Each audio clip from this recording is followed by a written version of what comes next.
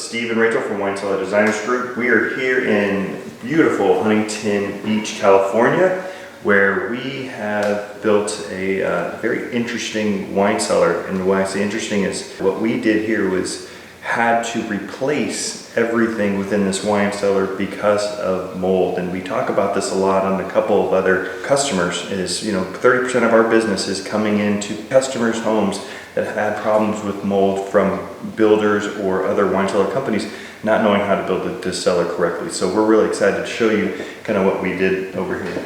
So when we first came into the house, what we noticed was probably one of the worst I've seen with mold. And what I mean by that, the bottles were actually green. So we knew that there was air gaps and there was some what's called a hot wall. So in the back of their house, they have a wall that gets sun on it almost every day. And so what we realized is there's air gaps. So what we ended up doing was removing everything that was in the wine cellar and then starting over, demoing it down back to its studs, foam insulation, and then we put green board, and then we mud it, sand it, painted it, and then put everything just right back together. Before we did that, we sprayed the wood and the racks with mold resilient spray to kind of kill any spores or anything on there before we put it back into the wine cellar.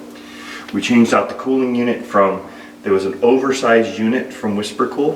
What we did is we replaced that ceiling mount split system unit with one of our Cellar Designers Group units. It is a split system, so the condensing unit's right behind this wall outside, and the coil is right upside this in here with a grill.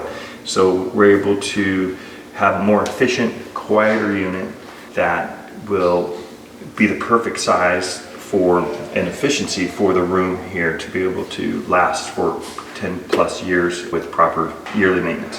One other thing that we have in here too is the glass had a lot of different air gaps with it as well. We're adding a lot of different gaskets in there to make sure there's absolutely no air gaps. So what we have here for the wood, we have some reclaimed barn as well as the vintage view racks, some X bins here at the bottom with the drawer.